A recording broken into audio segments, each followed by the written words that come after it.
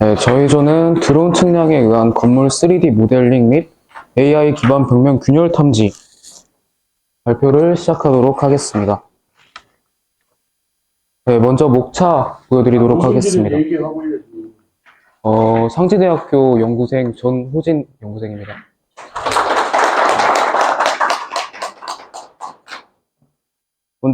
먼저 보여드리도록 하겠습니다. 첫 번째로 다산관 일대 3D 모델링을 진행하고요. 거기서 대상 건물을 선정해서 두 번째로 대상 건물 선정, 세 번째 그 대상 건물에 대한 수평 및 추가 촬영, 네 번째로 건물 옥상 및 벽면의 고품질 모델링, 마지막으로 AI 기반 균열 탐지 결과를 보여드리도록 하겠습니다. 네, 먼저 다산관 일대 모델링 부분입니다. 드론을 이용해서 다산관 일대 자동 촬영을 어떻게 진행했는지 설명해 드리도록 하겠습니다. 본 촬영은 DJI 파일럿 2 소프트웨어를 이용해서 자동 수직 촬영 방식으로 수행하였습니다. 다산관과 주변 건물을 포함한 전체 구역을 고도 약 55m에서 비행하면서 끝쪽에 보이는 이중격자 촬영 방식으로 비행 경로를 설정하였습니다. 다음은 자동 사진 측량 비행 계획 수립입니다. 먼저 촬영 목적은 이 일대에서 대상 건물을 선정하는 데에 있고, 비행 고도는 55m에 GSD는 1.8cm, 비행 방식은 이중격자, 촬영 시간은 14시에서 15시. 그리고 종행 중복도는 70%, 카메라 각도는 45도, 좌표계는 중부도 원점을 사용하였습니다. 네, 그렇게 해서 그 다음은 지상 기준점 측량입니다. 총 4점의 VRS GPS를 얻었습니다. 좌표계는 동일하게 중부도 원점을 사용하였습니다.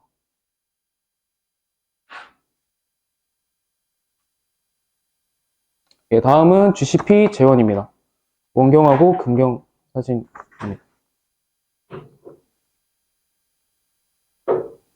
네, 다음은 드론 측량 기반 컴퓨터 비전 해석입니다. 먼저 AT 현황으로 1차 AT 수행 시간은 5분 28초, 그리고 2차 AT 수행 시간은 11분 51초가 걸렸습니다. 1차 RMS는 0.69 픽셀이고 2차 RMS는 0.63 픽셀로 0.06 픽셀 정도 차이가 났습니다. 총 사진 매수는 232장이고 사용한 GCP 포인트는 4점입니다. 그 다음에는 이제 리컨스트럭션 작업을 통해서 레퍼런스 모델을 생성한 다음에 산출물을 생성하였습니다. 네, 다음은 드론 측량 기반 컴퓨터 비전 해석 과정을 설명해 드리도록 하겠습니다. 먼저 시프트 알고리즘으로 특징점을 찾고 SGN 기법을 적용해서 정확도를 높입니다. 마지막으로 SFM을 이용해 3차원 모델을 생성합니다. 그렇게 해서 나오게 된 산출물 4가지입니다. 정사 영상, DSM, 포인트 클라우드, 3D 메쉬가 있습니다. 네, 다음은 드론 측량 컴퓨터 비전 해석 정사 영상 품질 분석입니다. 본 분석은 VRS GPS 방식으로 별도 취득한 검증점, 체크 포인트를 기준으로 정사 영상의 정확도를 평가하였으며 평균 수평 위치 오차는 3.8cm, 3D 오차는 4cm로 수치에도 품질 기준을 충분히 만족하는 결과를 보였습니다. 그렇게 해서 촬영한 1대 모델링에서 대상지를 선정하였습니다. 저희가 정한 대상지는 부식과 균열 같은 이제 손상이 육안으로 보이게 되는 다산관을 선택하였습니다. 다음은 이 다산관을 모델링을 하기 위해서 수평 및 추가 촬영을 진행하였습니다. 먼저 1대 촬영은 이중격자 방식으로 촬영 고도는 55m, 촬영 각도는 45도로 촬영하였고요. 옥상 같은 경우는 이중격자, 그리고 고도는 40m, 촬영 각도는 90도로 촬영하였습니다. 벽면 촬영 같은 경우는 정면 단일 격자와 정면 단일 격자 0도와 45도, 90도 이렇게 3가지로 나눠서 촬영을 하였는데요. 저희가 실제로 균열 추출을 하게 될 모델은 촬영 각도 0도로 이제 균열 추출을 진행을 하고, 여기 밑에 있는 45도와 90도는 전체 3D 모델 결합을 위해서 촬영을 진행하였습니다. 그래서 여기 0도 모델이 다른 모델보다 90% 더, 20% 더 중복도를 높게 주어서 촬영을 하였습니다. 저희는 이제 모든 드론 장비하고 촬영 소프트웨어는 DJI 매빅 4E와 DJI 파일럿 2 소프트웨어를 이용하였습니다. 네. 그 다음은 이제 건물 모델링에 적합한 촬영 각도에 대한 설명인데요. 건물 옥상부 같은 경우는 정사 영상을 기반으로 균열 추출을 하기 위해서 90도 자동 수직 촬영으로 데이터를 취득하였고, 건물 벽면은 3D 모델 기반 균열 추출을 하기 위해서 외벽을 정면으로 바라보는 0도 수평 촬영으로 데이터를 취득하였습니다.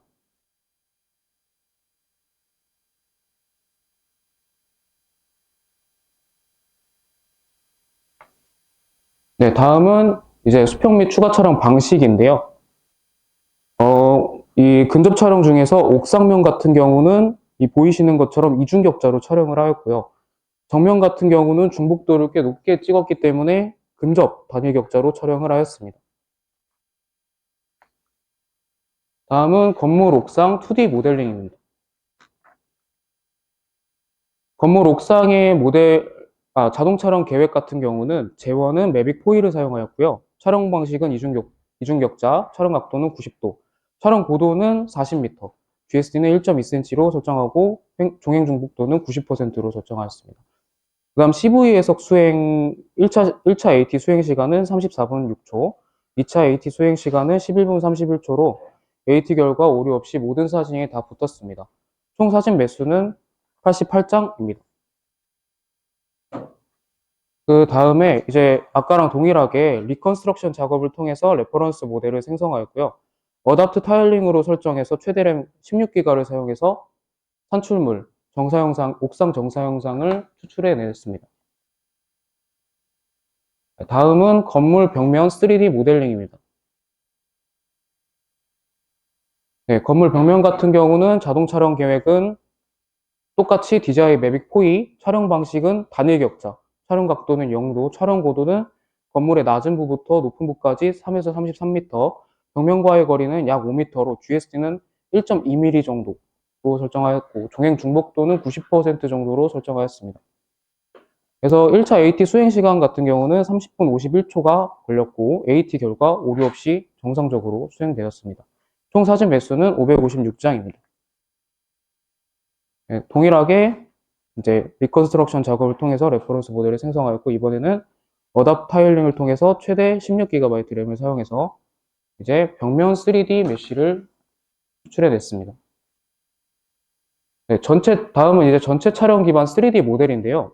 저희가 지금까지 촬영을 했던 45도 수직 촬영, 그리고 그 0도, 45도, 90도로 촬영한 벽면 수평 촬영, 그리고 이제 90도로 촬영한 옥상 촬영, 모든 사진들을 다 합쳐서 총 전체 사진 매수 1110장으로 1차 AT, 2차 AT 수행 시간 다 합쳐서 한 8시간 정도, 그리고 GCP는 4점 이용해서 전체 모델을 뽑았습니다. 영상을 봐주세요.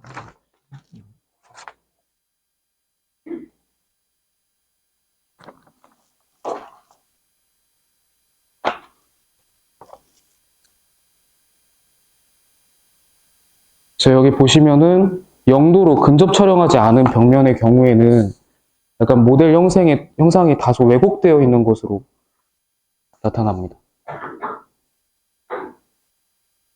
다만 근접 촬영을 진행한 이제 건물의 정면 같은 경우는 벽면 형상이 안정적으로 재현되는 것을 볼 수가 있습니다.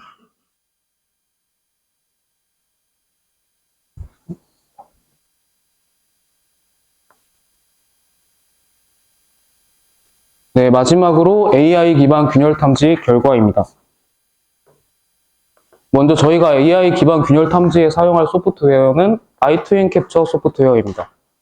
먼저 i2n 캡처의 익스트랙트 패추얼스 기능에 대해서 설명을 드리자면, 구조적 요소 자동 추출, 그리고 시각화 결과 데이터 변화, 그리고 3D 모델 좌표계 기반 결과 생성, 그리고 마지막으로 균열 후보 영역 식별이 있습니다.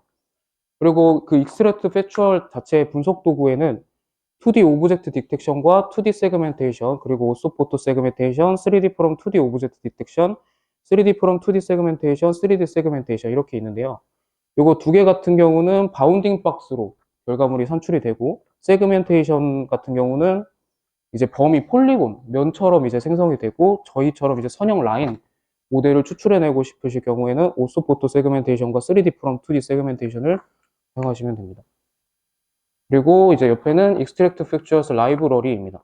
보면은 크랙도 있고, 그리고 자동차의 번호판, 그리고 교통 표지판, 그리고 지붕, 오토바이, 뭐 책 같은 것들이 있습니다. 그래서 사전에 학습된 AI 모델을 선택해서 적용할 수 있다는 것이 장점이고요. 본 연구에서는 이중 균열 탐지 라이브러리를 활용해서 벽면 균열을 자동으로 검출했습니다. 네, 다음은 벤틀리사의 아이트윈 캡처 소프트웨어의 3D, from 2D 세그멘테이션 분석 도구에 대해서 설명을 드리도록 하겠습니다. 먼저 균열 탐지는 2D 원본 사진에서 먼저 수행이 됩니다. 그 다음에 검출된 균열 마스크를 카메라 위치, 자세, AT 결과를 이용해서 3D 메쉬 공간에 다시 역투영을 해서 균열을 산출해 된다고 보시면 됩니다. 그리고 이 분석 도구의 파라미터 같은 경우는 최소 사진 매수와 최소 균열 길이 파라미터가 있는데요. 이걸 이용해서 신뢰도 높은 균열만 선별적으로 추출을 할 수가 있습니다. 그래서 저희는 이제 파라미터 같은 경우는 이제 최소 사진 매수는 2장으로 설정을 하였는데, 이것은 2장으로 설정을 한 것은 사진에서 2장 이상은 실제 균열이라고 판단을 해야 모델의 균열이 검출이 된다는 뜻입니다. 다음은 최소 균열 길이는 5cm 정도로 설정을 하였고, 오소 세그멘테이션 파라미터는 저희는 이제 균열만 탐지를 하는 거기 때문에 손상은 전부 다 꺼두었습니다. 네, 다음은 옥상 탐지 결과입니다. 옥상면에서는 총 2개의 선형 패턴이 균열로 검출되었으나 자세히 확인해보면 두 사례 모두 연속성이 낮고 균열 폭 변화도 거의 없는 상태였습니다. 실제로는 이 선형 패턴들이 균열이라기보다는 콘크리트 표면을 마감하는 과정에서 생긴 표면 질감이나 도장 박리 흔적으로 판단이 됩니다. 네, 다음은 다산관 벽면 균열 탐지 결과입니다. 그래서 실제 벽돌 줄눈을 따라서 형성된 균열이 비교적 정확하게 검출된 것을 확인하실 수가 있습니다. 특히 폭이 약 0.7cm에서 최대 3cm 이상인 이쪽에 있는 6번 균열 같은 경우 정탐지로 분류되었습니다. 반면 일부 구간에서는 페인트 박리나 줄눈 경계와 같은 표면 질감이 균열로 오인이 되어서 검출된 오탐 사례도 확인이 됩니다. 여기 보시면 부식, 그리고 여기 보시면 페인트, 두 개의 균열이 오탐지되었습니다. 네, 마지막으로 이제 대표적인 균열 하나를 찾아서 유광 기반 수동 크랙맵으로 이렇게 정사 영상으로 비교를 해보았습니다. 그리고 전체 이제 균열을 육안으로 확인을 해봤는데요. 비록 사진에 GSD가 있어서 GSD보다 더 작은 미세 균열 같은 경우는 있을 수 있지만 저희가 사진에서 육안으로 탐지된 미탐지 사례는 없었습니다.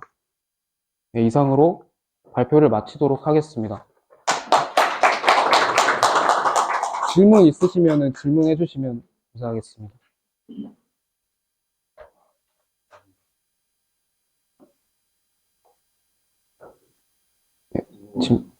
포인트가 잘 안 되니까 답답하지? 네. 질문하세요.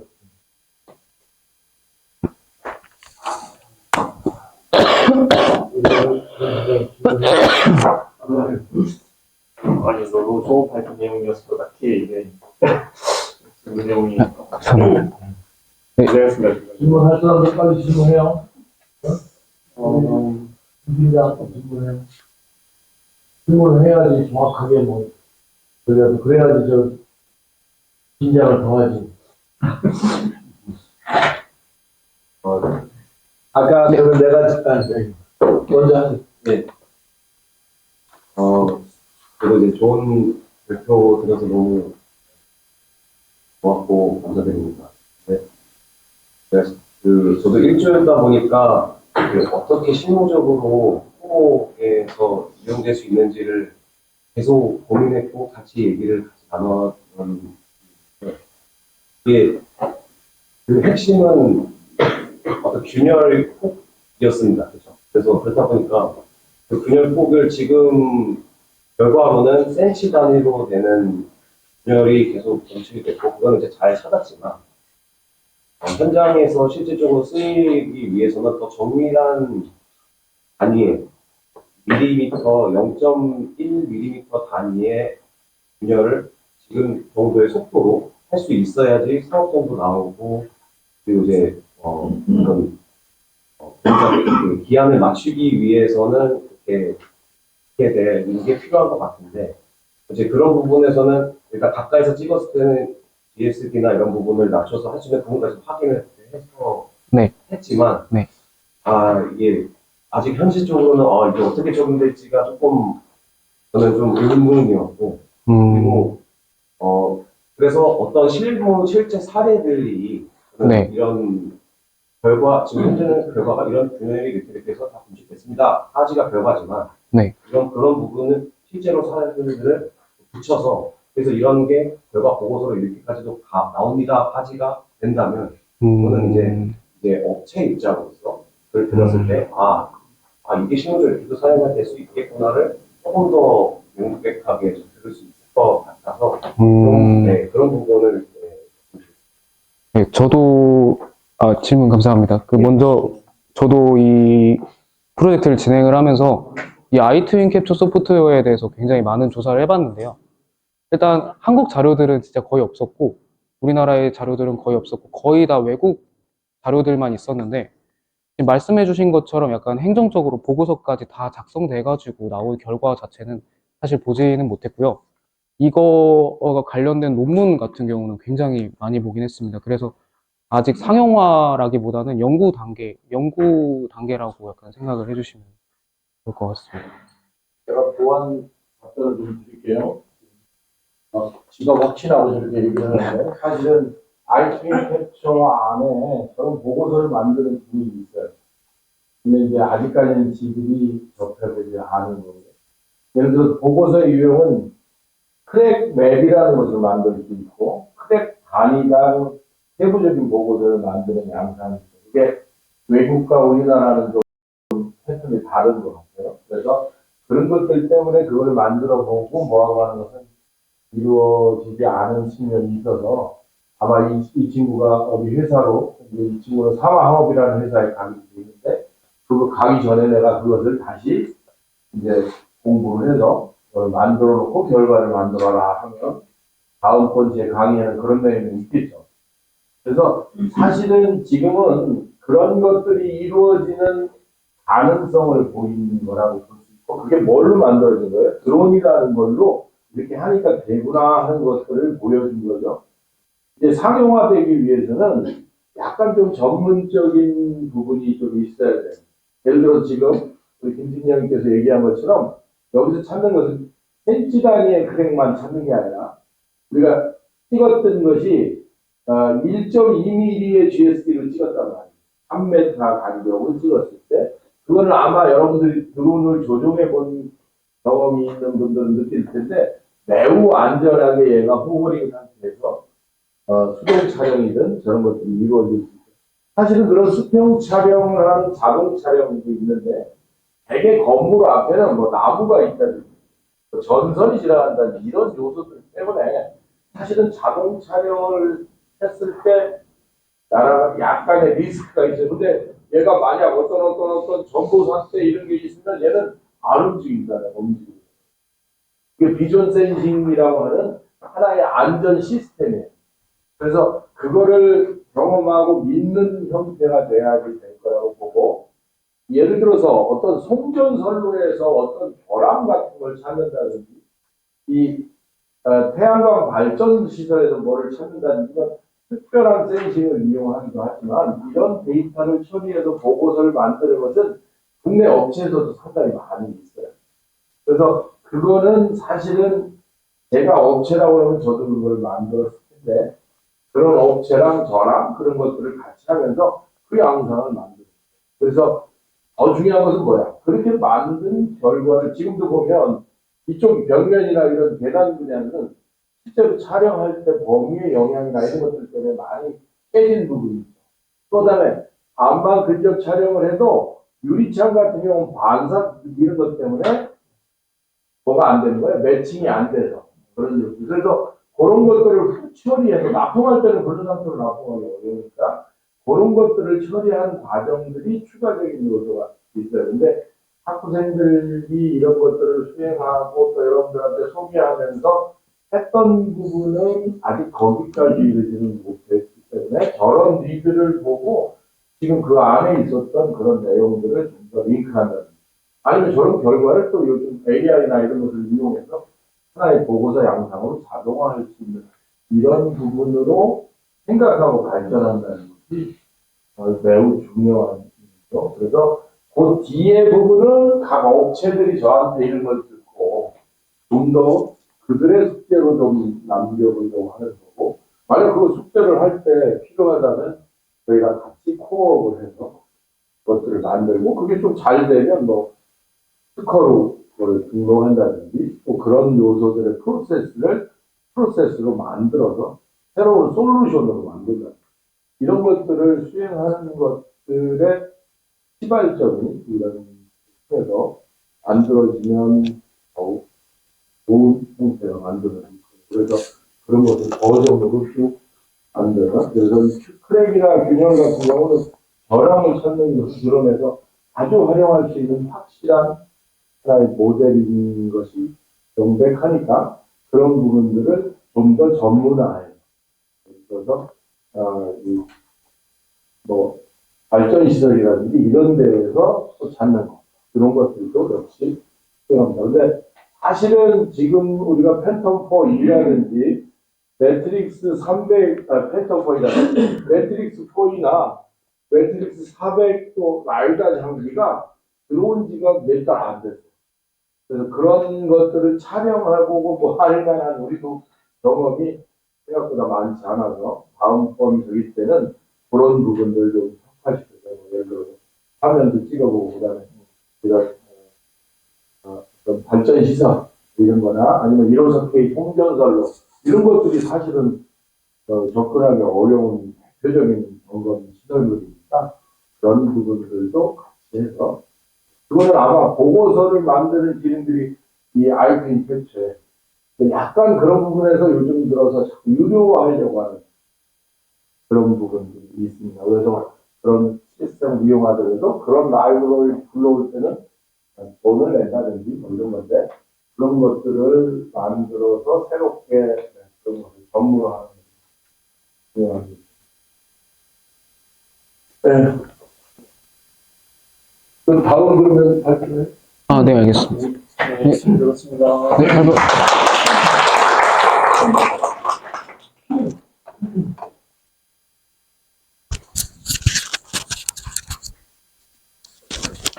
하나 파일을 더 만들었어요.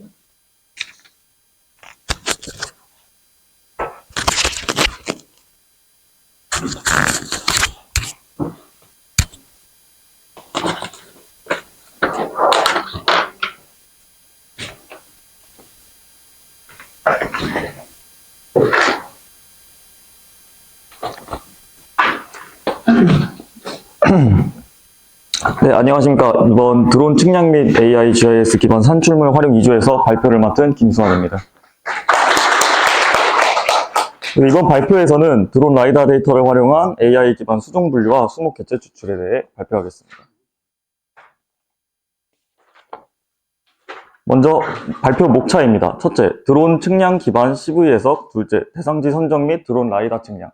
셋째, RF 기반 수종 분류. 넷째, DLS PCD를 통한 DBH 측정. 넷째, 수목 개체 추출. 다섯 번째, 수목 개체 추출 품질 분석 순으로 설명드리겠습니다. 먼저 드론 측량 기반 CV 해석입니다. 이번 CV 해석 대상지는 상지대학교 체육관과 체육관 앞 수목부지입니다. 자동 사진 측량 촬영은 전면 오버랩과 측면 오버랩을 각각 75%로 설정하여 진행하였으며 비행 방식은 더블 그리드 방식을 적용했습니다. 비행 고도는 58m, 이에 따른 GSD는 약 1.7cm이며 드론 속도는 4m/s, 카메라 각도는 45도로 설정하였습니다. 사용한 좌표계는 중부도 1.5186을 사용했고 촬영 시간은 1차 비행 6분 5초, 2차 비행 10분 56초로 총 비행 시간 17분 1초입니다. 최종적으로 총 236장의 항공사진을 취득했습니다. 다음은 CV 해석에 필요한 GCP 측량입니다. 현재 보고 계시는 정사 영상을 기준으로 상단에 1점, 좌측에 1점, 하단에 2점, 우측에 1점으로 총 5점의 GCP를 분산 측량하여 수행했습니다. 이렇게 측량된 GCP는 컴퓨터 비전 해석 과정에서 정사 형상과 3D 모델의 위치 정확도를 보정하기 위한 기준점으로 사용됩니다. 다음은 GCP 측량 재원을 정리한 자료입니다. 이제 드론 사진 측량 기반 CV 해석의 처리 과정과 정확 결과를 보여줍니다. 사진 정합은 총 2회에 걸쳐 AT를 수행하였으며 1차 AT는 2분 30초, 2차 AT는 2분 14초가 소요되었습니다. 정합 결과의 정확도를 나타내는 RMS 오차는 각각 0.55픽셀과 0.57픽셀로 전반적으로 안정적인 정합 품질을 확인할 수 있습니다. 전체 분석에는 총 236장의 항공사진이 사용되었으며 앞서 설명드린 5개의 GCP를 정합 과정에 적용하여 위치 정확도를 보정하였습니다. 또한 대면적 처리를 위해 어댑티브 타일링 기법을 사용하였고 최대 15기가의 메모리를 활용하여 연산 안전성을 확보했습니다. 다음은 드론 측량 기반 컴퓨터 비전 해석으로 생성된 산출물입니다. 먼저 좌측부터 3D 모델, 정사 영상, DSM과 포인트 클라우드 산출물이 제시되었습니다. 정사 영상과 DSM의 공간 해상도는 0.022m로 생성되었습니다. 이어서 생성된 산출물의 품질 검증을 위해 정합에 사용된 GCP와는 별도로 VRS 방식으로 취득한 체크포인트, 즉 CP를 기준으로 오차를 산정했습니다. 분석 결과 정사 영상의 수평 위치 오차는 평균 플러스 마이너스 0.021m, 최대 오차는 플러스 마이너스 0.057m로 나타났습니다. 품질 판정은 국토지리정보원의 수치지도 품질 기준을 참고하여 진행하였으며 본 정사 영상은 1대1000 수치지도 수평 위치 오차 기준보다도 우수한 정확도를 나타냈습니다. 다음은 대상지 성전 및 드론 라이다 측량입니다. 먼저 대상지는 체육관 앞 수목부지를 대상으로 수행하였습니다. 측량에는 DJI 매트리스 400기체에 제뉴스 L3 라이더 센서를 탑재하여 사용하였으며 자동 비행계에게는 DJI 파일럿 2 소프트웨어를 사용하였습니다. 비행은 횡방향과 종방향 비행을 하는 더블 그리드 방식으로 진행하였고 비행 고도는 약 55m, 드론 비행 속도는 3.5m/s를 유지했습니다. 좌표계는 중부도 원점 5186을 사용했고 비행 시간은 횡방향 비행 약 2분 15초, 종방향 비행 약 4분 36초로 총 6분 51초 동안 라이더 측량을 수행했습니다. 라이더 데이터의 1차 처리는 DJI 테라 소프트웨어를 사용하여 수행했으며 이를 통해 정사 영상, 3D 메쉬, 포인트 클라우드, DSM, DEM 등 총 5가지의 산출물을 생성했습니다. 포인트 클라우드의 경우 일반 PCD와 같게 가우시안 스플래팅이 적용된 PCD를 동시에 생성할 수 있습니다. 가우시안 스플래팅이 적용된 PCD는 점간 공백을 완화하고 3차원 구조를 보다 연속적으로 시각화할 수 있다는 특징이 있습니다. 다음은 DLS 지면점 분류 및 전밀도 분석입니다. 지면점 분류는 라이더 360의 PTD 알고리즘을 사용하여 분류하였으며 지면점 총 포인트 개수는 665,324개이고 포인트 분포 면적 5,187제곱미터, 평균 전밀도는 1,273.44포인트 퍼 미터 제곱으로 추출되었습니다. 다음은 RF 기반 수종 분류입니다. 먼저 랜덤 포레스트란 여러 개의 결정나무를 생성하여 각각 데이터를 학습하고 각 결정나무가 도출한 분류 결과를 바탕으로 최종 수종을 결정하는 머신러닝 알고리즘입니다. 각 결정나무는 학습 데이터와 특성 변수를 일부 무작위로 선택하여 분류를 수행하였기 때문에 특정 데이터에 치우치지 않은 안정적인 분류 결과를 얻을 수 있습니다. 본 연구에서는 이러한 랜덤 포레스트의 특성을 활용하여 정사 영상을 활용한 수종 분류를 수행했습니다.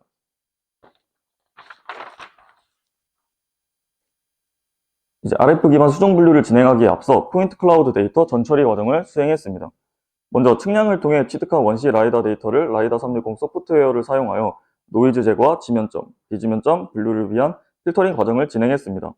이후 정규화 과정을 수행하고 이 단계에서는 지형의 높이 영향을 제거하여 모든 수목의 높이를 지면 기준 0m로 맞추게 됩니다. 정규화된 포인트를 기반으로 DEM과 DSM을 각각 생성한 뒤 두 모델을 차감하여 CHM, 즉 수간 높이 모델을 제작했습니다. 이제 본 프로젝트에서는 수종 분류를 위해 정사 영상을 기본 영상 자료로 사용하였으며 이 정사 영상을 기반으로 영상 기반 식생 지수인 EXG와 라이더 기반 높이 정보인 CHM 총 2가지 핵심 변수를 활용했습니다. 먼저 정사 영상은 수목의 색상과 공간 수목적 분포 정보를 제공하는 기초 자료로 사용됩니다. 이 정사 형성을 기반으로 계산하는 EXG는 RGB 값에서 녹색 성분을 강조한 식생 지수로 수목과 비식생 영역을 색상 기준으로 효과적으로 구분할 수 있습니다. 이를 통해 조명 조건이나 그림자에 따른 영향을 줄이고 영상 기반 식생 분포를 보다 안정적으로 표현할 수 있습니다. 여기에 라이다 데이터로부터 생성한 CHM을 함께 사용하여 수목의 높이 정보를 분류 과정에 직접 반영했습니다. 즉, 본 수종 분류는 정사 형성 기반 색상 정보와 EXG 식생 정보, 그리고 CHM을 통한 수직 구조 정보를 결합하여 수행되었습니다. 또한 RF 분류 모델의 정확도와 일반화 성능 향상을 위해 대상지 일부가 아닌 상지대학교 전체의 정사 형성을 기반으로 훈련 데이터를 구축했습니다. 이렇게 구성된 데이터는 이후 RF 기반 수종 분류 모델 학습에 사용됩니다. 그래서 앞서 설명드린 포인트 클라우드 데이터 처리 과정 중 CHM 제작 방법을 도식화한 모습입니다. 다음은 이코그니션 소프트웨어를 이용한 영상 분할 과정을 보여줍니다. 수종 분류를 위한 객체 기반 분석을 수행하기 위해 다중 해상도 영상 분할, 즉 멀티 솔루션 세그멘테이션 기법을 적용했습니다. 본 분할 과정에서는 스케일 파라미터를 250으로 설정하여 수목 단위의 객체가 과도하게 분할되거나 병합되지 않도록 조정했습니다. 또한 형상과 조밀도 파라미터를 함께 고려하여 수간 형태를 최대한 유지한 상태에서 객체를 생성했습니다. 이와 같은 영상 분할을 통해 개별 수목 또는 수간 단위의 객체를 생성하였으며 이후 EXG와 CHM 값을 객체 단위로 추출하여 RF 기반 수종 분류의 입력 데이터로 활용했습니다. 앞서 생성한 이코그니션 객체 단위 결과를 기준으로 각 객체에 대한 EXG 값과 CHM 값을 속성으로 추출했습니다. 이후 현장 조사 결과와 영상 판독을 바탕으로 수종별 클래스를 정의하고 객체 단위로 라벨링을 수행했습니다. 이렇게 구축된 훈련 데이터는 RF 분류 모델 학습에 직접 사용되며 모델이 수종별 색상 특성과 높이 특성을 함께 학습할 수 있도록 구성되었습니다. 이 과정을 통해 수종 분류에 필요한 입력 변수와 정답 클래스가 명확히 정의된 학습 데이터셋을 구축할 수 있었습니다. 앞서 구축한 훈련 데이터를 바탕으로 RF 분류 모델을 학습한 뒤 대상지 전역에 대해 수종 분류를 수행했습니다. 분류 결과는 잣나무, 낙엽송, 침엽수, 화렵수 총 4개의 수종 클래스로 구분되었습니다. 분류된 결과는 레스터 형태로 산출된 후 벡터화 및 디졸브 과정을 거쳐 GIS 분석이 가능한 형태로 정리했습니다. 이를 통해 대상지 내 수종 분포를 공간적으로 직관적으로 파악할 수 있으며 이후 수목 객체 추출 및 품질 분석 단계와 연계할 수 있습니다. 네, 다음은 수목 객체 추출에 앞서 수행한 DBH와 수고 측정 결과입니다. 이 페이지는 드론 라이다 데이터를 활용한 DBH, 즉 흉고 직경 측정 결과를 보여줍니다. DBH 측정은 라이다 360 소프트웨어를 사용하여 수행했으며 수목 객체별 포인트 클라우드 기준으로 지면으로부터 약 1.3m 높이 DBH를 추출하는 방식으로 진행하였습니다. 수고 측정은 라이더 360 소프트웨어의 수목 분석 기능을 이용하여 직접 수행했습니다. 측정 방식은 지면점에서부터 수목의 줄기를 따라 포인트를 추적한 뒤 해당 수목의 최상단 포인트를 탐색하는 방식으로 진행되었습니다. 이를 통해 지면을 기준으로 한 수목의 실제 최고 높이, 즉 수고를 정량적으로 산출할 수 있었습니다. 다음은 수목 객체 추출 ITD 부분입니다. 먼저 수목 객체 추출은 CHM 데이터를 기반으로 한 세그멘테이션 방법을 적용하여 수행했습니다. 세그멘테이션 과정에서는 CHM 상의 수간 크기와 간격을 기준으로 파라미터를 조정했으며 파라미터 값이 커질수록 수간이 병합되고 작아질수록 과분할이 발생하는 특성을 고려했습니다. 특히 본 연구에서는 앞서 DBH 측정을 통해 확인된 실제 수목 객체 수가 총 49그루임을 기준으로 세그멘테이션 결과에서도 수목 객체 수가 49그루에 근접하도록 파라미터를 반복적으로 조정하였습니다. 실제 수목 분포와 가장 유사한 객체 추출 결과를 도출할 수 있었습니다. DBH 측정을 통해 확인된 총 49개의 수목을 기준으로 CHM 세그멘테이션 결과와의 매칭 여부를 정리했습니다. 그 결과 33그루의 매칭, 7그루의 미매칭 된 것으로 나타났습니다. 이 표는 이후 수목 객체 추출 결과를 해석하고 품질을 분석하기 위한 기초 결과 자료로 활용됩니다. DBH 측정을 통해 확인된 총 40그루의 수목 중 33그루가 CHM 기반 수목 객체 추출 결과와 매칭되었으며 7그루는 매칭되지 않은 것으로 나타났습니다. 이를 기준으로 했을 때 수목 객체 추출률은 약 82.5%로 산정되었습니다.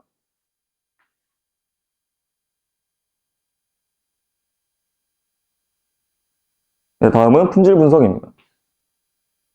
본 프로젝트에서는 수목개체 추출 결과를 정량적으로 확인하기 위해 전밀도, 재현율, 그리고 F1 스코어 총 3가지 품질 분석 지표를 사용했습니다.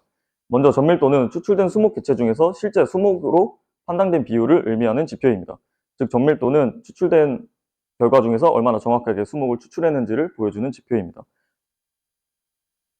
다음은 재현율입니다. 실제로 존재하는 수목 가운데 모델이 얼마나 많은 수목을 찾아냈는지를 나타내는 지표입니다.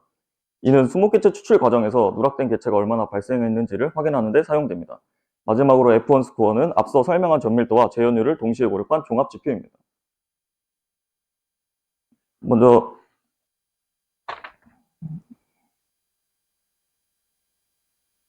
수종분류 품질 분석입니다. 수종분류 품질 분석 과정은 수종분류한 쉐이프 파일과 해당 지역에서 제외된 벡터 파일을 생성한 뒤 수종 쉐이프 파일과 제외된 벡터 파일에다가 랜덤 포인트 40개씩을 뿌려 클래스별 오류 체크한 뒤 분석 데이터 정확도를 산출하게 됩니다. 그래서 전체 평균 재현율 93.71%, 정밀도 93.13%에서 총 F1 스코어 0.934로 나타났습니다.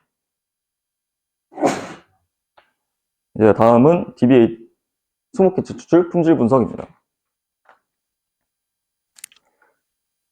이제 CHN 기반 수목개체 추출 결과와의 매칭 여부를 비교하는 방식으로 수행했습니다. 이 매칭 결과를 바탕으로 수목개체 추출 성능을 정량적으로 확인하기 위해 전밀도, 재현율, 그리고 F1 스코어 지표를 계산했습니다. 그 결과 전체 평균 전밀도 93.13%,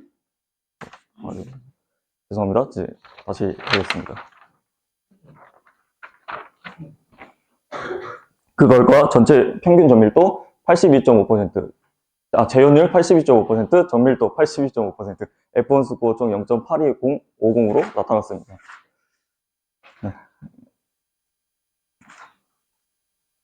네, 감사합니다.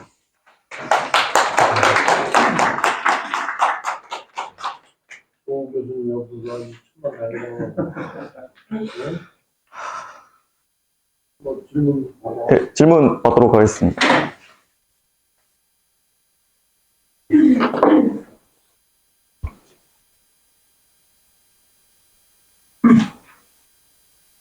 질문이 없으신가요? 살림 쪽에 질문을 해야 되는데 이게 왜냐면 좀 약간 전문 분야이기 때문에 그리고 지금은 학교에서 있는 그 40분의 나무만을 이용을 했는데 여기 40분의 나무를 이런 라이다로 해서 82.5% 찾는다 그러는 것은 별로 어떻게 보면 이거 효율적이지 않은 게 이제 느낄 수 있어요. 근데 지금 얘기는 뭐랄까요, 이 82.5%에 해당되는 파라미터를 이용해서 넓은 산림도 이렇게 다 찾아낼 수 있다라는 것을 보여주기 위한 건데, 우리가 이 국한되어 있는 40개의 어떤 나무가 있는 수목군에 대해서 이걸 적용을 하다 보니까, 거기 뭐 다 아는 것을 이렇게 라이다로 해서 그랬다는 것이 이해가 안 되죠. 근데 원래는 어떻게 시행하냐면요, 뭐 예를 들어서 강원도 전체에 대한 산림을 있으면 거기에 30x 30에 대한 플롯, 이런 것들에 대한 현장 조사 데이터를 기반으로 이 전체 라이다를 찍으면 그 대상 지역의 파라메타를 찾습니다. 수종도 분류하고. 그리고 그 찾은 파라메타를 나머지 산림에 다 적용을 해서 전체 나무를 수목 단위로 다 추출하는 거예요.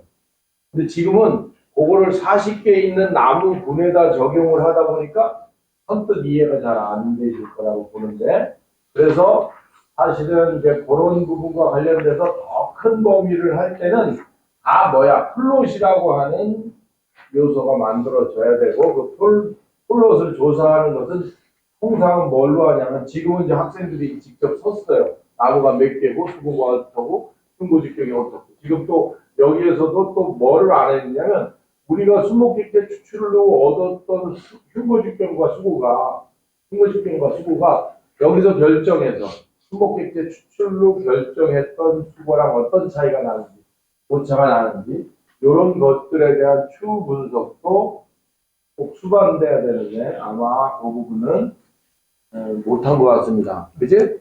예.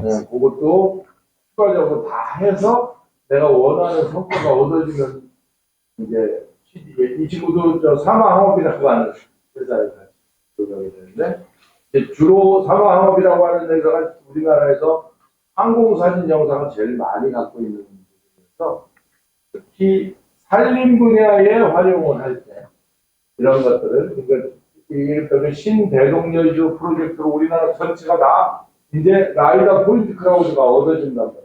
그건 무슨 데이터예요? 드론으로 찍은 게 아니라 항공기에서 찍은 거예요. 그래서 ALS 데이터라고 하는데 그 ALS 데이터를 갖고 이제 산림을 수목 단위로 다 추출될 수 있는 것을 수행할 수 있다. 이런 것들의 가능성을 보여주는 거라고 생각하시면 됩니다. 이 부분은 조금 전문 분야고 아직은 솔직히 말해서 어디에도 잘 이런 논문을 보기가 어려워요.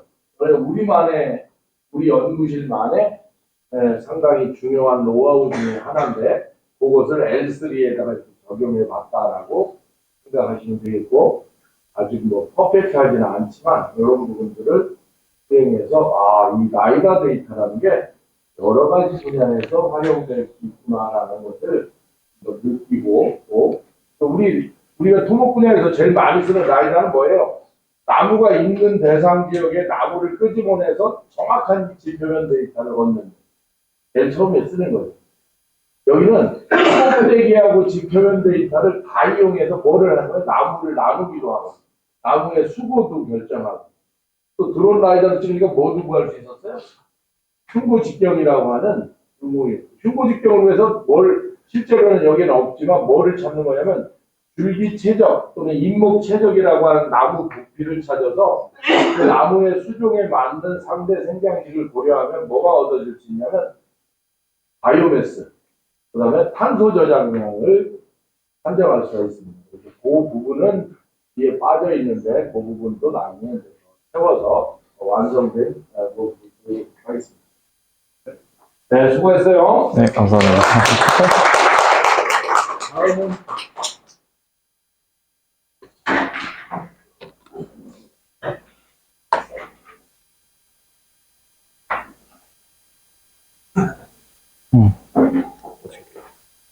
네, 이렇게 있어.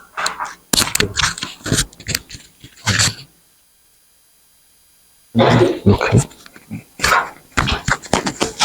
하고 할 때 이쪽으로 방향 해서 이거 영상 있어? 영상 없어.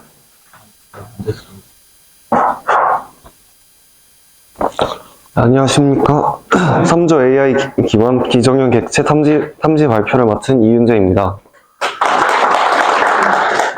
이번 발표에서는 드론 측량 실습 및 딥러닝 기술을 활용한 비정형 객체 탐지 프로젝트에 대해 설명드리겠습니다.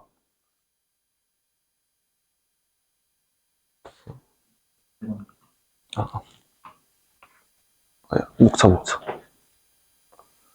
발표는 총 4가지 내용으로 구성되어 있습니다. 첫 번째 프로젝트인 드론 자동 비행 및 촬영, 컴퓨터 비전 해석 및 산출물 생성. 그리고 두 번째 캡스톤 프로젝트인 딥러닝 기반 비정형 객체 탐지로 딥러닝 학습 데이터 구축 및 모델 학습, 시설물 객체 탐지 결과 및 품질 분석 순서로 발표하도록 하겠습니다. 먼저 드론 측량 실습 결과입니다.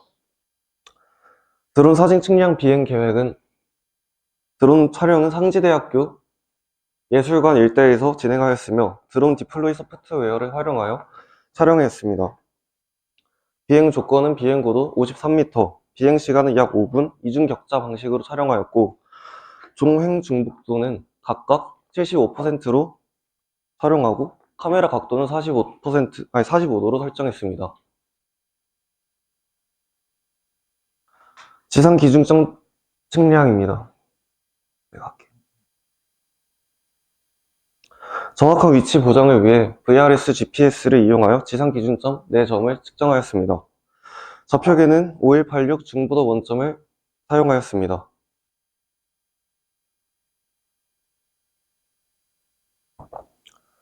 다음은 지상 기준점 GCP 재원에 대한 설명입니다.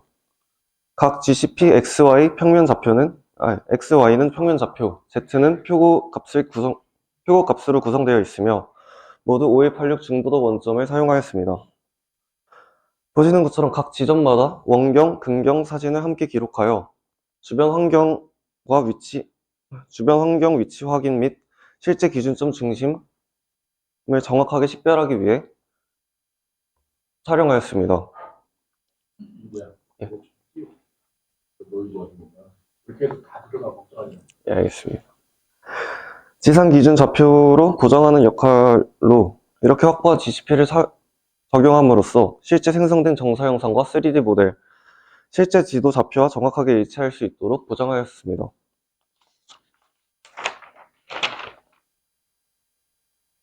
다음은 iTwin 캡처 소프트웨어를 이용한 컴퓨터 비전 해석 과정입니다. 먼저 상단 AT 현황 결과입니다. 총 62장의 사진을 사용하였고 1차 AT 수행 시간은 5분 43초, 2차 AT 수행 시간은 2분 38초로 이때 RMS 오차는 각각 0.53픽셀과 0.55픽셀로 나타났습니다. 사진 간 타입 포인트가 고르게 분포되어 있어 전체 블록이 안정적으로 정합되었음을 확인할 수 있었습니다. 다음은 드론 측량 컴퓨터 비전 해석을 통한 4가지 산출물입니다. 정사 영상 품질 분석입니다. 정사 영상 품질 분석을 위해 GCP와 별도로 체크 포인트를 측정하여 사용하였습니다. 분석 결과 수평 오차는 최소 플러스 마이너스 0.01m, 최대 플러스 마이너스 0.12m, 평균 0.04m 수준으로 나타났습니다. 이는 국토지리정보원의 1대1000 수치지도 품질 기준을 충분히 만족하는 수준으로 본 정사 영상이 고정 및 공간 분석에 활용 가능함을 의미합니다.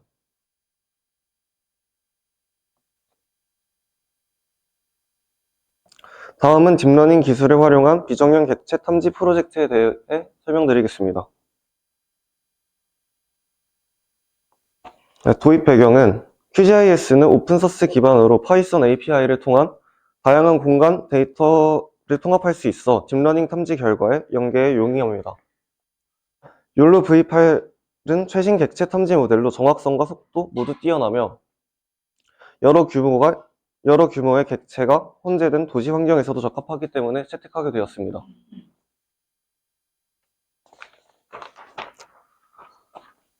연구 흐름도입니다. 정사 영상 생성, 딥러닝 탐지 순서로 진행하였으며 핵심은 수치지도 2.0에 없는 비정형 객체를 욜로를 사용하여 탐지 레이어로 보완했다는 점입니다.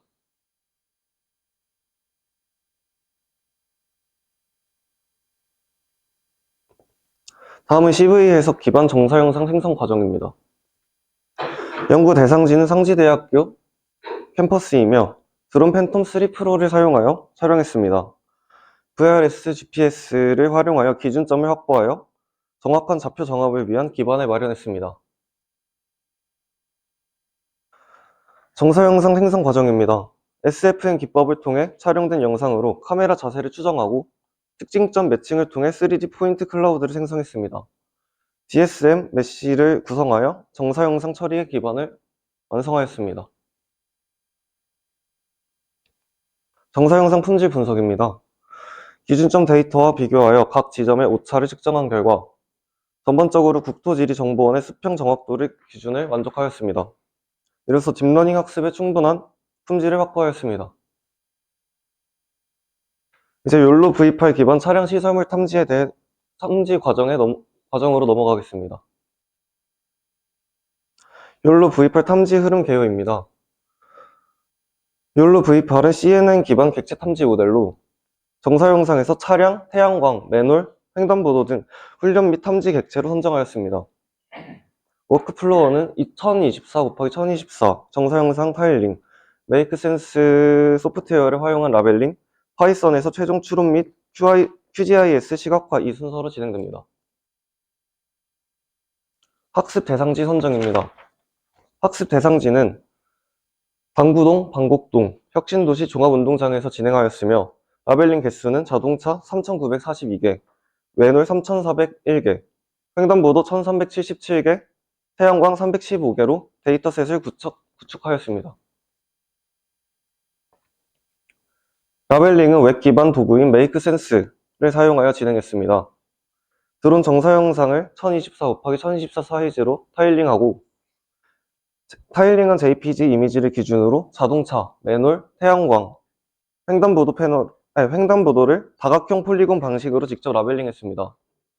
라벨링 결과는 기본적으로 JSON 파일 형식으로 추출되기 때문에 욜로 학습에 사용하기 위해 텍스트 파일로 변환하는 과정을 거쳤습니다.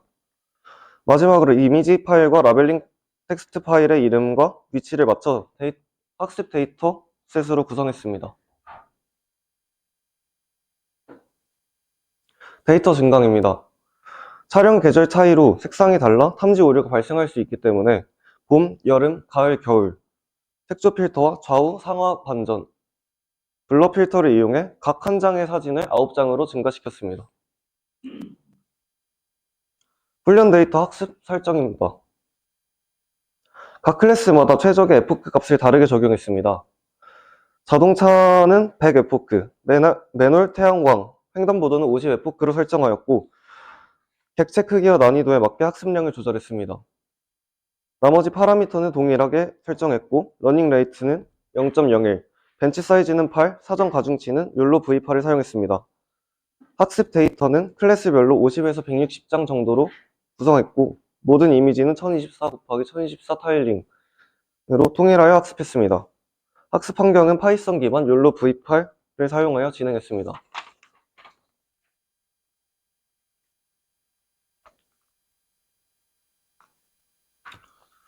추론 파라미터 클래스별로 서로 다르게 설정했고 설정 파라미터는 다음과 같습니다. 맨홀의 경우 신뢰도는 0.35, IOU는 0.5, 태양광은 0.41, IOU는 0.1, 횡단보도의 신뢰도는 0.38, IOU는 0.5, 자동차의 신뢰도는 0.25, IOU는 0.5로 타일 크기는 모두 동일하게 1024 곱하기 1024로 적용했습니다. 먼저 욜로 V8을 활용한 탐지 결과입니다. 정사 영상에서 차량, 횡단보도, 태양광 패널, 맨홀이 모두 안정적으로 탐지된 모습을 확인할 수 있고 탐지된 영역은 빨간색 박스로 표시되며 객체 종류별로 구분해 공간 레이어를 형성했습니다. 여기는 여러 지역에 대해 탐지 결과를 비교한 화면입니다. 자동차 클래스의 품질 분석 결과입니다. 총 794개의 자동차 중 실제로 탐지된 객체는 692개였고 정밀도는 92.91%, 재현율은 80.98%였습니다. F1 스코어는 0.865로 TP는 643개, FP는 49개, FN은 151개로 계산되었습니다. 오탐지는 대부분 둥근 물체를 자동차로 잘못 인식했고 미탐지는 나무나 구조물에 가린 차량이었습니다. 태양광 패널 클래스입니다. 총 52개 중 욜로가 48개를 탐지했습니다. 정밀도는 72.9%, 재현율은 67.3%, F1 스코어는 0.7, 오탐지는 주변의 밝은 구조물을 태양광으로 인식하는 경우였고 미탐지는 패널의 일부가 그림자 등에 가려진 경우였습니다. 횡단보도 품질 분석입니다. 총 51개의 횡단보도 중 욜로가 46개를 탐지했습니다. 정밀도는 65.2%고 재현율은 90%, F1 스코어는 0.756으로 나타났습니다. 마지막으로 맨홀 품질 분석입니다. 맨홀은 정밀도가 88.89%, 재현율은 56.14%, F1 스코어는 0.688이었습니다. 재현율이 낮은 이유는 나무나 그림자, 주변에 유사한 형태로 겹친 경우가 너무 많았고 오탐지의 경우 둥근 패턴을 가진 객체를 맨홀로 인식하는 경우가 많았습니다. 오탐지, 미탐지, 오류 유형 분석입니다. 맨홀은 두 개가 가까이 붙어 있을 때 한 개가 누락되는 경우가 대부분이었고 페인트가 칠해진 맨홀은 탐지하기 어려웠습니다. 자동차는 차량이 여러 대 붙어 있을 때 한 대가 누락되는 경우가 있었고 둥근 물체나 에어컨 실외기를 자동차로 오탐하는 경우가 있었습니다. 횡단보도와 태양광의 오탐, 미탐 분석입니다. 횡단보도는 너무 짧은 횡단보도에서 미탐지가 나타났고 방지턱을 횡단보도로 오탐지한 사례가 많았습니다. 태양광 패널은 긴 패널의 일부가 누락되는 경우가 있었고 보도블럭을 태양광으로 잘못 탐지하는 오탐지 사례가 나타났습니다. 최종 성능 종합평가입니다. 횡단보도 F1 스코어는 0.756, 태양광은 0.7, 자동차는 0.865, 맨홀은 0.688로 최종적으로 횡단보도의 제어율이 가장 높았으나 F1 스코어는 자동차가 가장 높게 나타났습니다. 총 라벨은 1427개를 사용하여 평가했습니다. 이상으로 발표를 마치겠습니다.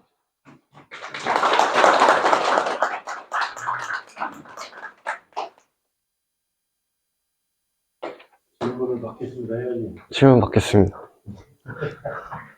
질문을 받겠다는 사람이 자신이 하나도 없어보이죠? 자기가 했는데도 왜 자신이 없어? 잘 봤죠? 혹시 질문 사항이 있으신가요? 지금, 몰라서 그런데 기초적인 건데 지금 전혀 몰라요. 이거는.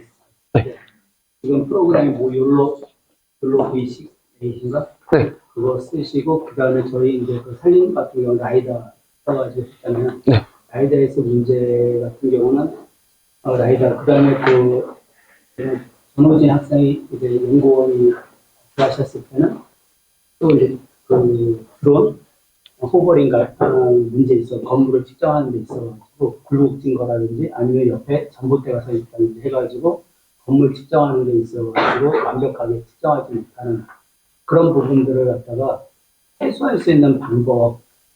그러니까는 지금 현재 대연율이라든지 정밀도라든지 F1 스코어 이런 것들을 봤을 때 차이가 굉장히 나잖아요. 저거는 그 산림 쪽에서는 거의 80%고 그렇게 정밀도라든지 제어율 이런 것들이 나온다고 하는데 여기서는 욜로 그걸 썼을 때 거의 70% 정도밖에 안 나오는 그런 것들이 결과적으로 밑한 오탄 그런 것들이 이렇게 되는데 그런 것들을 해결할 수 있는 방법이 뭐 따로 있을까요?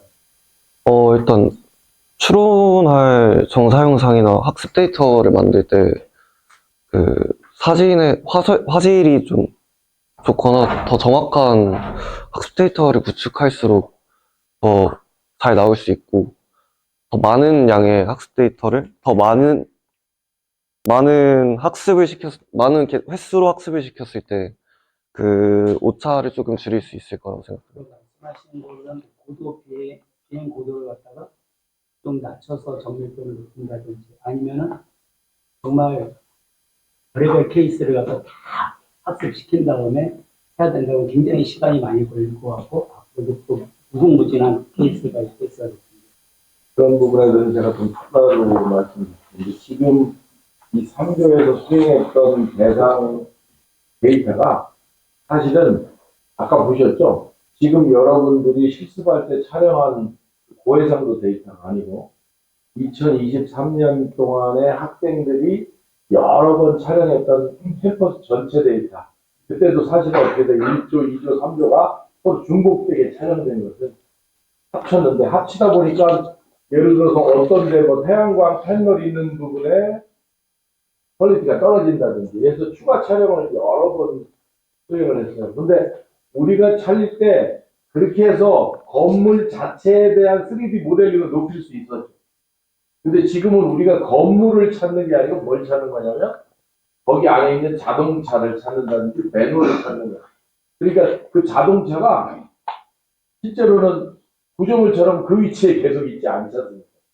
여기에 있었을 때 추가 촬영할 때는 자동차가 또 딴 것이 놓여 있을 경우도 있고 이게 이중 매핑이라고 하는데 중복 촬영돼 있는 것들 때문에 해상도가 떨어진 거예요. 예를 들어서 지금 이게 넓지 않으니까 그걸 갖고 안 했지만 만약 요번에 우리가 새로 촬영한 캠퍼스에 해당된 넓은 지역으로 이걸 찾았다 그러면 거의 95% 이상을 찾아낼 겁니다.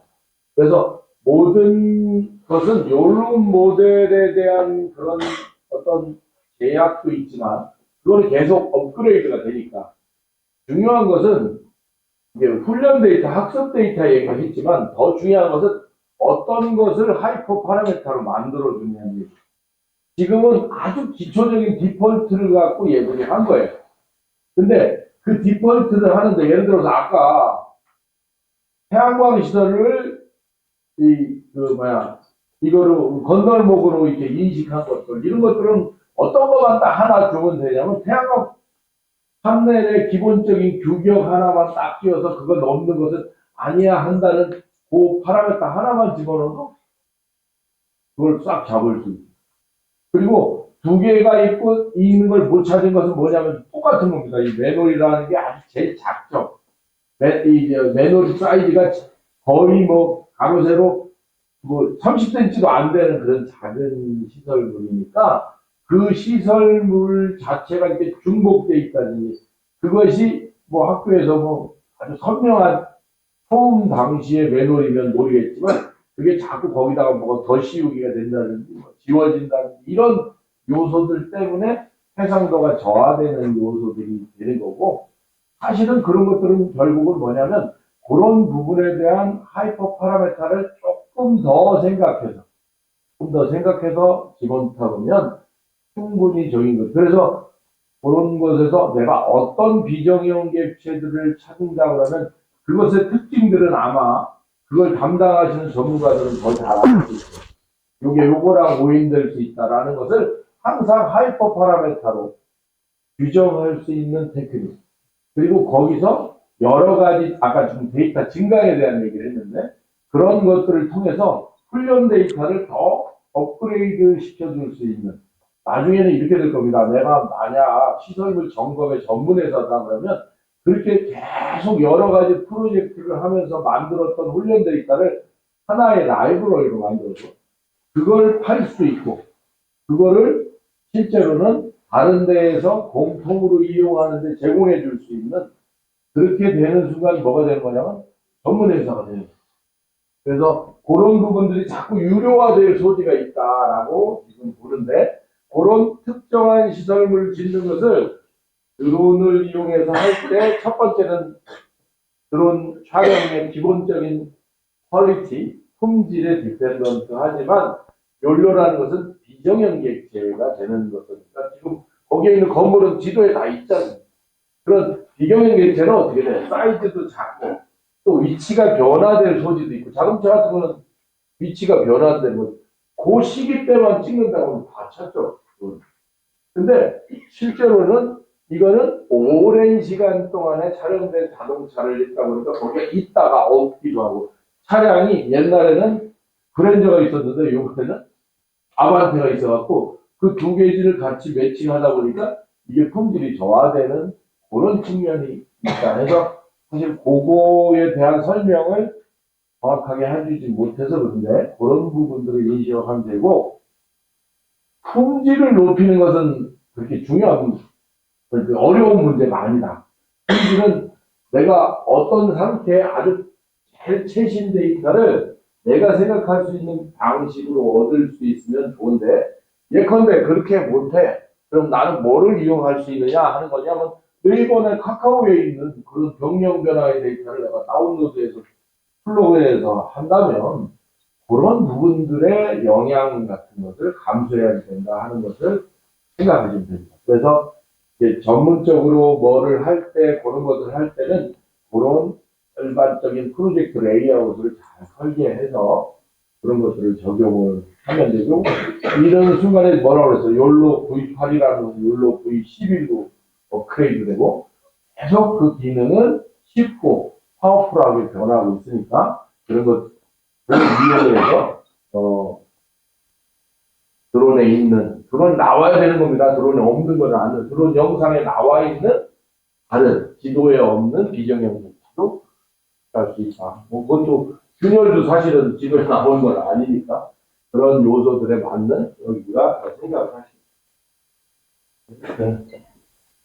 우리 수고하셨어요.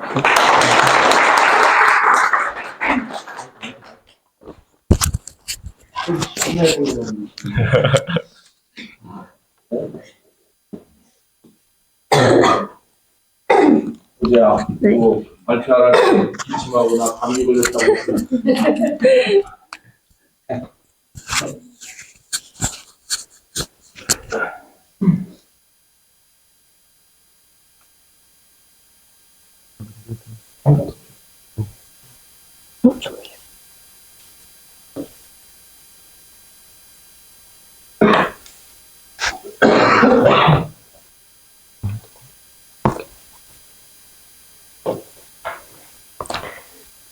안녕하십니까. 저는 이번 발표를 맡은 고혜주라고 합니다. 이번 발표 주제는 QGIS 기반 AI 챗봇을 활용한 지형 및 환경 분석입니다. 핵심은 두 가지로 나눴는데요. 첫째는 수치조 버전 2, 대축적 임상도, DEM 같은 정형 공간 데이터를 구축하고, 둘째는 사용자가 표가 알려줘, 경사 알려줘처럼 자연어로 질문을 하면 QGIS에서 필요한 분석을 자동으로 수행해서 결과를 지도에 원하는 구간을 찍으면 보여주는 형식으로 지능형 공간 분석 자동화를 구현하는 것입니다. 목차인데요. 목차는 크게 두 덩어리를 보시면 된다고 생각합니다. 먼저 드론 측량 실습 결과로 촬영부터 CV 해석, 산출물과 정확도까지 설명드리고, 그 다음이 본 프로젝트인 QGIS AI 챗봇 기반 지형 환경 분석으로 데이터 수집, 표고 경사 임상의 분석, 챗봇 질의 및 품질 분석 순으로 진행하겠습니다. 먼저 드론 측량 실습 결과 파트입니다. 이번 실습에서는 드론 촬영을 통해 데이터를 취득하고 컴퓨터 비전 해석을 통해 정사 영상, DSM, 포인트 클라우드, 3D 모델 같은 4가지의 산출물을 생성하였으며, 이 산출물들을 이후 GIS 분석과 시각화해서 현장 기반 공간 데이터를 활용한다는 의미가 있습니다. 이 페이지는 자동 비행 계획입니다. 비행 고도는 60m, 해상 고도인 GSD는 약 1.7cm, 비행 방식은 이중격자로 설정하였고, 종행 중복도는 75%, 비행 속도는 6m/s 설정으로 하였습니다. 총 비행 시간은 약 7분 29초, 카메라 각도는 65도, 촬영 이미지는 총 118장입니다. 좌표계는 5186 중두보 원점을 사용하였습니다. 다음은 지상기준점 측량입니다. 장비는 VRS GPS를 사용하였고, 동일하게 5186 좌표계를 적용을 하였으며, 보이는 사진은 캠퍼스 내의 운동장에 GPS 어디에 분포시켰는지 보여주는 부분이고, GCP는 결과적으로 영상 기반 산출물의 위치 정확도를 잡는 기준점의 역할을 하게 됩니다. 총 4개의 GCP를 측정하였으며, 성과표는 앞에 보이시는 것 같이 여기서 나왔습니다.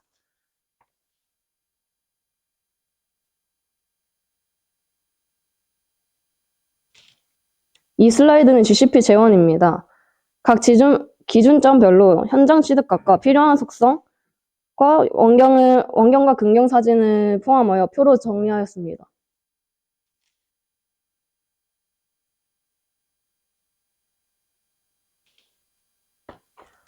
이제 컴퓨터 비전 해석입니다. 소프트웨어는 iTwin 캡처를 사용하였으며, 1차 AT 수행 시간은 2분 22초, 2차 AT 수행 시간은 1분 28초로 나와 있으며, 드론 촬영 이미지들을 정합하여 카메라 위치 자세를 추정하고, 그 결과로 4가지 산출물인 3D 모델, 포인트 클라우드, 정사 영상, DSM 같은 결과물을 생성하게 됩니다.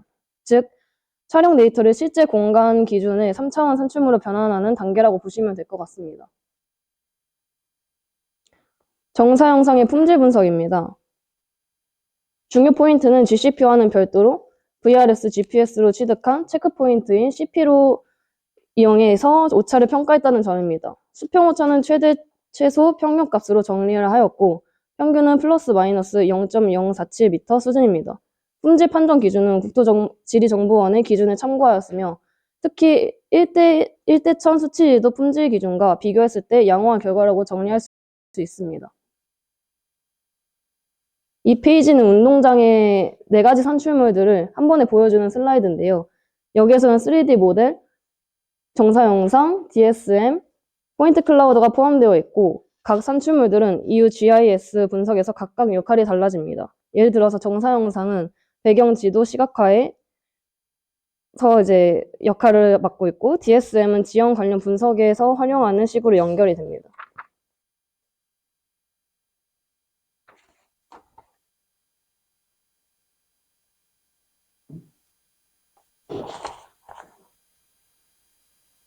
이제부터가 본 캡스톤 프로젝트인 QGIS AI 챗봇 기반 지형 환경 분석 파트입니다. 아파트가 드론으로 공간 데이터를 만들고 검증한 과정이 있었다면, 지금부터는 그 공간 데이터를 QGIS에서 AI 챗봇으로 더 쉽게 분석하는 방법을 설명드리겠습니다. 개요와 흐름도인데요. 전체 흐름은 크게 데이터 수집 및 구축, 지형 환경 분석, 챗봇 지르로 자동 분석 수행, 결과 레이어 생성 및 시각화입니다. 이렇게 이어진다고 생각하시면 되시고, 다음으로는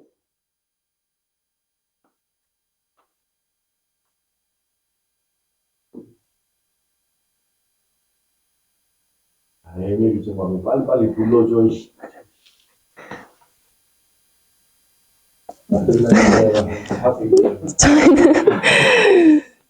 저희 프로젝트는 QGIS AI 챗봇 기반 지형 및 환경 분석이므로 기존에는 GIS 분석을 하려면 도구의 위치를 알아야 되고 단계도 많아가지고 비전공자들은 접근하기 좀 어려운 상태인데요. 그래서 저희는 사용자가 말로 물어보면 시스템이 알아서 GIS 분석을 수행하도록 만들어 진입장벽을 낮추는 것을 제일 큰 주목적으로 했습니다. 이 페이지는 아날로그식과 AI 챗봇을 비교하는 설명인데요. 전통 방식은 사용자가 어떤 도구를 써야 하는지 결정하고 순서를 맞춰 실행하고 결과를 레이어로 정리하는 과정이 필요합니다. 반면 AI 챗봇 방식은 사용자가 목적을 자연어로 말하면 의도 파악과 분석 실행, 결과 생성이 자동으로 돌아가게 됩니다. 그래서 즉 작업 방법을 아는 사람 중심에서 목적만 말해도 되는 방식으로 바꾸는 게 차이라고 할 수 있습니다. 이제 데이터 수집 방법입니다. 먼저 임상도를 기반으로 분석할 계획이기 때문에 어디서 어떤 절차로 받았는지 정리하였습니다. 이 페이지는 자료의 수집과 출처와 흐름을 보여주는 단계라고 생각하시면 될 것 같습니다. 수치도와 정사 영상은 국토지리 정보 플랫폼에서 받았으며 도엽 축척은 1대 5,000원을 설정하며 도엽 번호를 검색한 뒤 수치도 버전 2를 선택해 다운하는 방식입니다.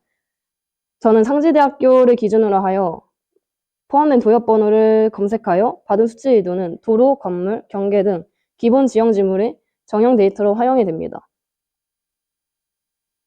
임상도는 무료 신청 후 산림공간 정보 서비스를 이용하여 무료 신청 후 대축적 임상도를 1대 5,000원을 선택해서 받았습니다. 2024년 최근 임상도를 선택하여 주소 검색과 신청 목적, 사유, 작성 후 지도에서 위치 확인 후 다운로드 순서로 진행하였습니다. 이렇게 수집한 데이터들이 표고, 경사, 임상, 분석의 입력 자료가 됩니다.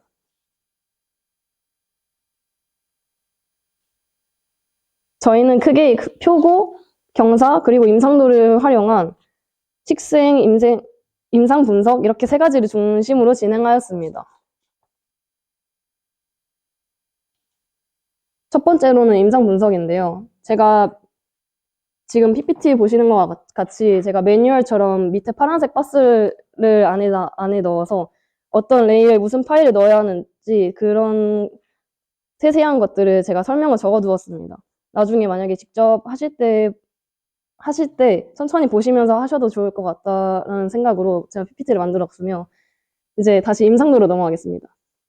임상도는 산림의 유형이나 분포 같은 환경 정보를 정형화한 자료이기 때문에 특정 위치가 어떤 임상 부문에 속하는지 같은 분석에 사용할 수 있습니다.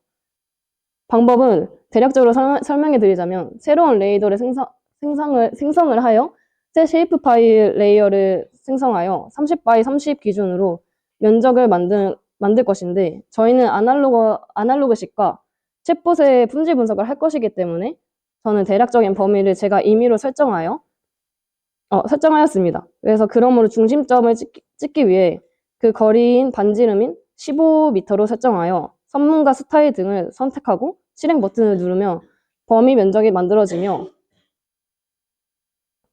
품질 분석을 할 것이라고 했으니 임의로 만든 면적 범위 안에 랜덤 포인트 30개를 지정을 하여 샘플링하는 방식으로 진행하고 랜덤 포인트와 임상도의 값을 중첩을 시켜 속성 테이블의 임상도의 값만 따로 불러내는 작업을 실시하였습니다.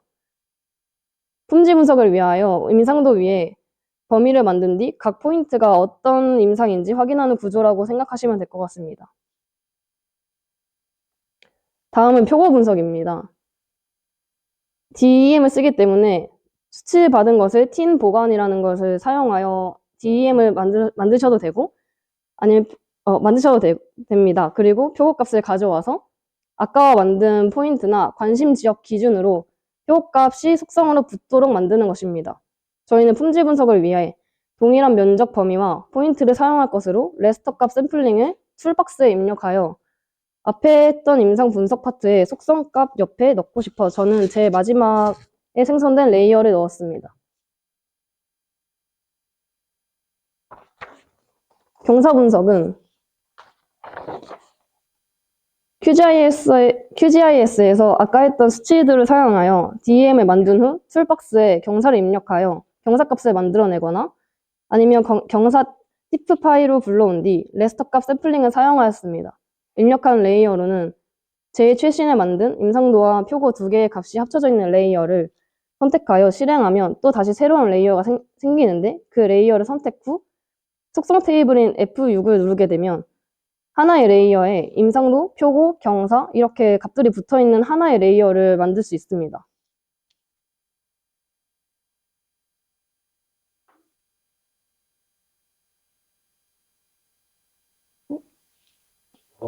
네.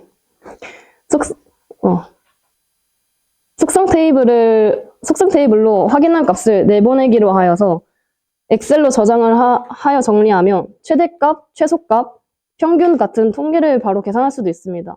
이때 설정해야 되는 게 좌표계와 코리안 설정, 파일 경로 설정 같은 부분이 있고 여기서 인코딩에 코리안 좌표를 설정하지 않는 경우에는 한국어가 아닌 다른 문자로 알아볼 수 없는 문자로 표시되기 때문에 코리안으로 설정을 해야 합니다. AI 챗봇 질의 및 분석 파트입니다.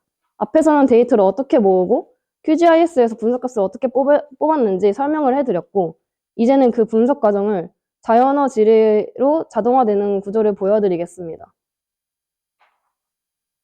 챗봇 구조는 크게 4단계로 설명할 수 있습니다. GeoFM AI가 사용자의 지문을 이해하고 실행 계획을 만들고 플랜 실행을 요청하고 전체 정확성 보장인 트랜잭션을 관리합니다. 레이어 프로세스가 실제 공간 연산을 수행합니다.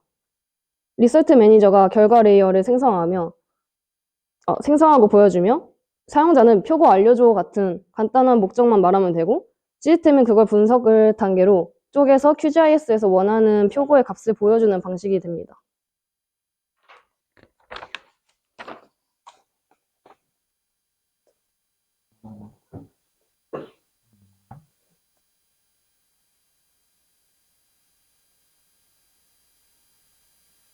이 페이지는 챗봇 기반인 질의를 실제로 보여주는 파트입니다. 여기 밑에 표고 알려줘라고 질문을 하였고 원하는 점을 찍으면 초록색으로 표고의 값을 알 수 있습니다. 빨간색으로.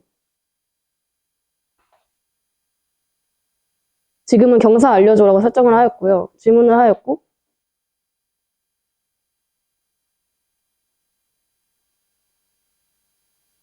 지금 점 찍으면 여기에 바로 경사가 몇 도인지 값들이 나옵니다.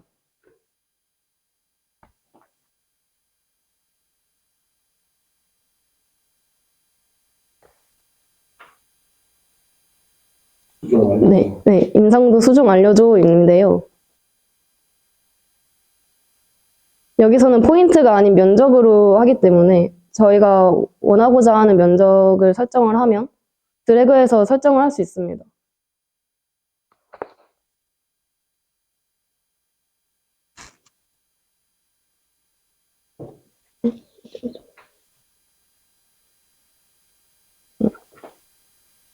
이제 품질 분석인데요. 앞에 다음 품질 분석 파트입니다. 챗봇이 되는 것도 중요하지만 이 결과값이 이제 얼마나 신뢰가 가능한지 단계가 필요합니다. 그래서 표고, 경사와 임상도에 대한 품질을 정리를 하였습니다. 이 파트는 표고 및 경사 품질 분석인데요. 앞에서 아날로그식의 QGIS에서 샘플링으로 추출한 표고 경사 값이 있고 챗봇 질의로 얻은 값이 있습니다. 이 둘이 일관되게 나오면 챗봇이 단순히 말만 하는 게 아니라 실제 GIS 분석을 제대로 실행하고 있다는 뜻입니다. 표고는 정확도는 99.87%, 경사 정확도는 99.84%로 챗봇의 정확도가 높은 것으로 확인할 수 있습니다. 임상도 품질 분석인데요. 임상도 또한 99.99%로 매우 높은 정확도를 보였으며, 임상도는 분류 데이터이기 때문에 포인트 샘플링 결과와 챗봇 질의 결과가 동일한 클래스로 되는지가 핵심입니다. 네, 이상으로 QGIS 기반 AI 챗봇을 활용한 지형 및 환경 분석 프로젝트를 발표를 마치겠습니다. 응처해주셔서 감사합니다.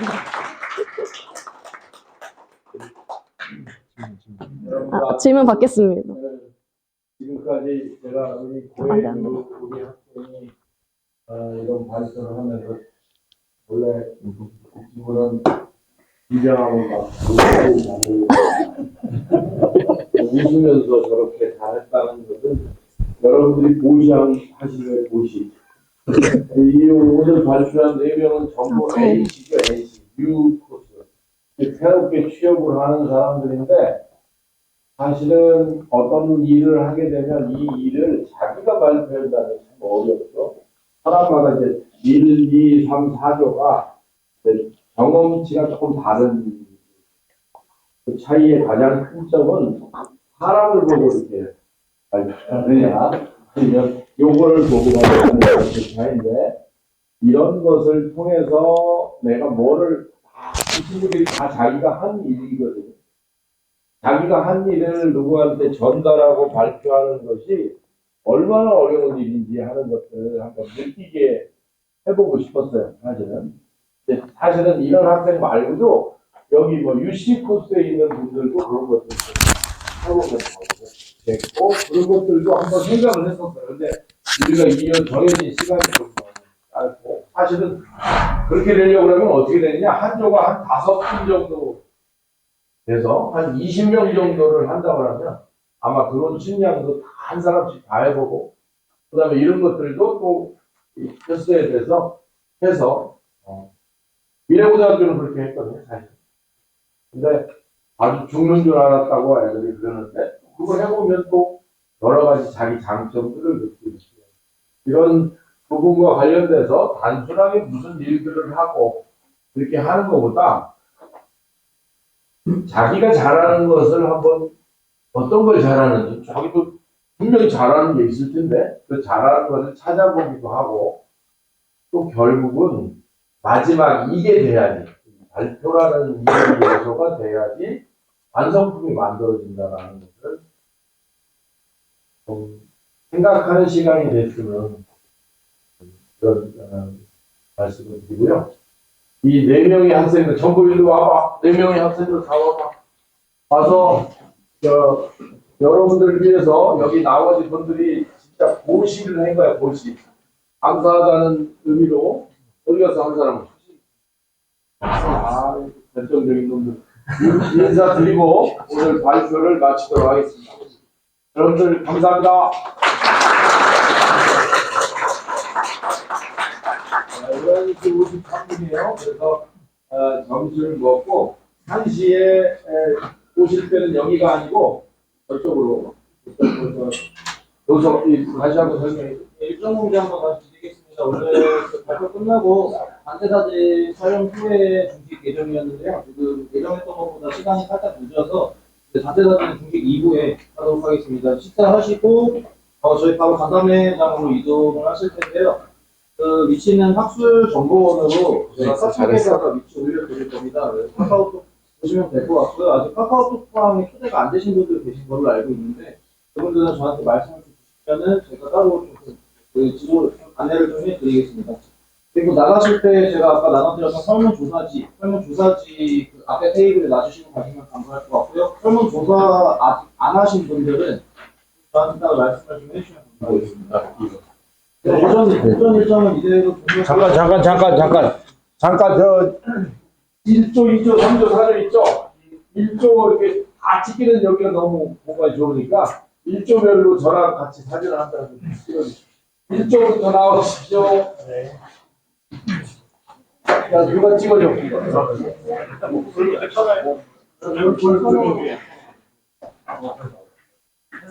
조금 고민지 않기로.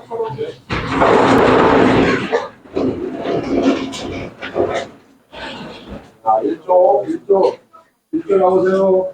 1조 저기 니들도. 서진이 어디다 놨어?